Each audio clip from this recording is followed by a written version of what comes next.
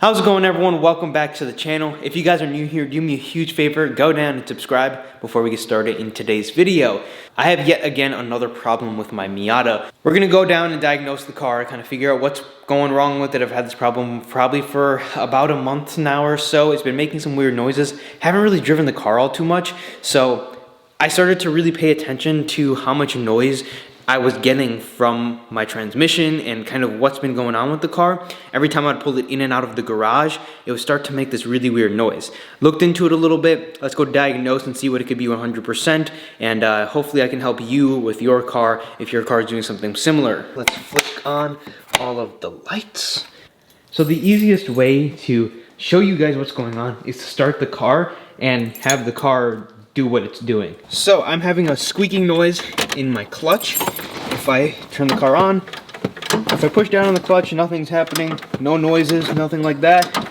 It seems to engage just fine. If I come over here, start the car, turn my car off, I think my car is having some type of other thing going on with it. But if you guys heard when I pushed the clutch in, you can hear the throwout bearing. That is the throwout bearing from all the research I've done. And let's talk about what we have to do to fix it. And I have another problem.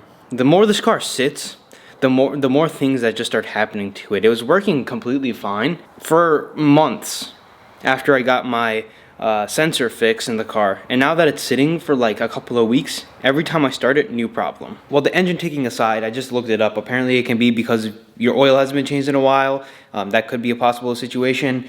I don't know, that's something we'll look into. But it's like every time I come in here and I'm like, okay, let me move the Miata, or let me just, get it in and out of the garage. I start it up, let it warm itself up for a little bit, take it out of the garage, and it just like develops a new problem. It's also leaking a little bit. When I started the car, I got underneath and it's starting to drip a little bit of oil. So I think I might have a rear main seal leak, which is something we'll talk about in just a second here. So let's talk about the throwout bearing, where it is, what we have to do to replace it, and what other things we can take care of because it's such an intensive job. So yes, you heard me correctly, it is a pretty intensive job. You have to drop the entirety of the transmission, take the clutch out, take the flywheel out, and then you get to the throwout bearing sitting in front of the clutch and the flywheel. Good news is, my car also needs a clutch, and it was something that I had to do during this time anyways. So during that, the rear main seal is also in front of the throwout bearing. So you can replace the rear main seal, which is something I'll look into because I think it's dripping from back there from what I just saw. I'm going to have to do the throwout bearing from the noise that it's making. I'm going to have to do a clutch because it's very, very soft. And sometimes it engages very odd. It's starting to slip a little bit from what I noticed. And maybe check the flywheel out and see if we have to replace that as well. So all of those things are going to have to be taken care of with a transmission out job, which is going to take anywhere between 16 to 20 hours by yourself in a garage without a lift or anything like that.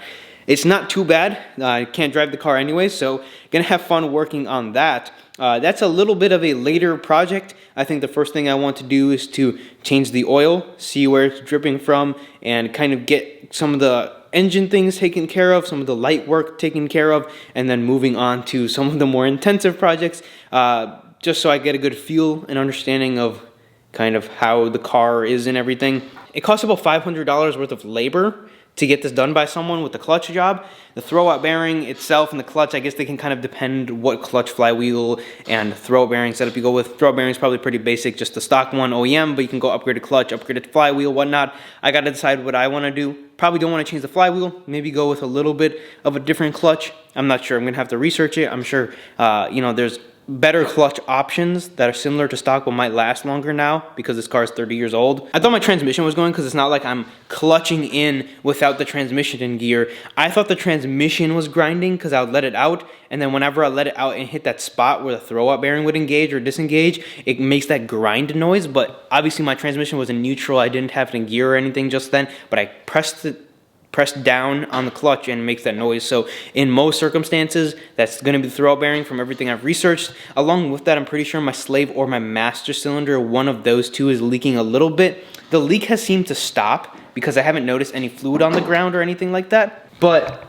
that reservoir was like halfway down a couple of months ago when I talked about it earlier. So it had drained itself probably like halfway. So I was like, I don't think that that should be like that. And it started leaking. So I have to look into that. All of that is related with the same system and kind of should be taken care of, or can be taken care of at the same time since you're already in that area. The clutch, throwout bearing, flywheel, all of those you need to look into and make sure that everything is good to go, because if you're going to do the throwout bearing and you have a clutch that should be replaced soon, you don't want to be doing a transmission out job again just to have, to get to the same place, if that makes sense.